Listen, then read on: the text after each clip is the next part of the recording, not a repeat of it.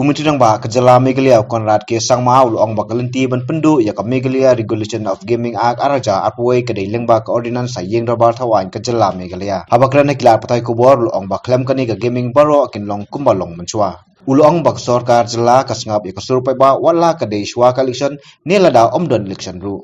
Normally, repealing of acts can be done through ordinance, and that ordinance can be then passed in the House. So therefore, the way the Street Vendors Act was repealed by an ordinance, and then it was regularized in the next session. So similarly, any act can be repealed through the ordinance, and that is the procedure that will be followed. Well, there will not be any mechanism.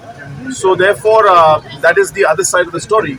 But we definitely will be back to square one now.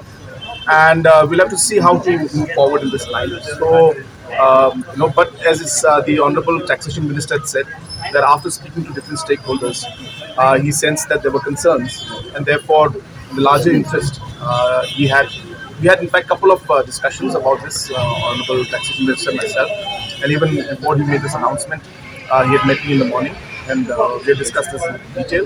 We had informed the other members also, and then we decided. I told him to go ahead.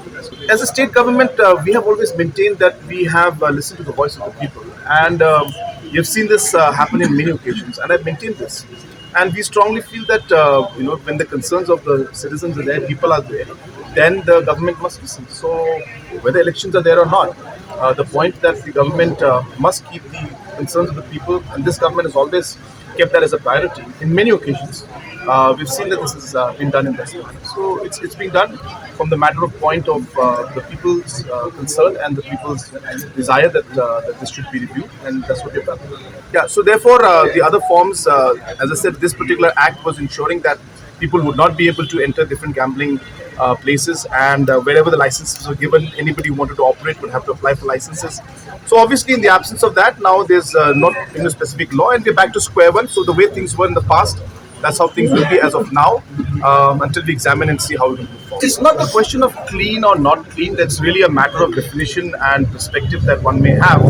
But yes, in a way, you are right that if you look at every activity, then one could have a particular perception about a particular activity, and many activities have different forms of chances and different forms of skill involved in all of them. So therefore, this aspect will always be there.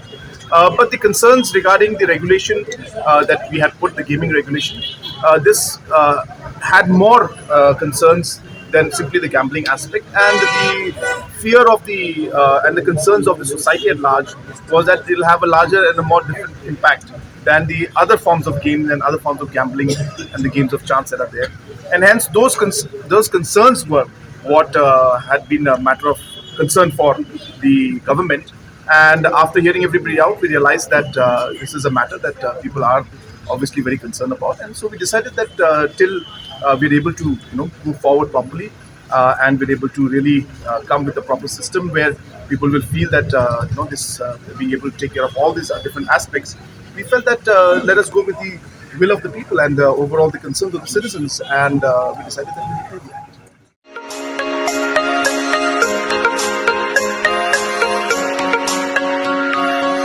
Shanta Group of Institutions, Bangalore, under the leadership of the most popular public servant Shri Dr. K. Sudhakar, the institutions offers academic opportunities for full-term courses to short and long-term training.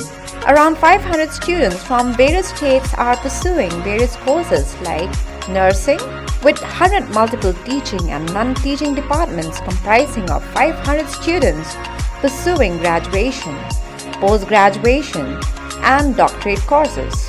The state-of-the academic facilities of Shanta Group of Institutions provide practical training under the supervision of faculty members.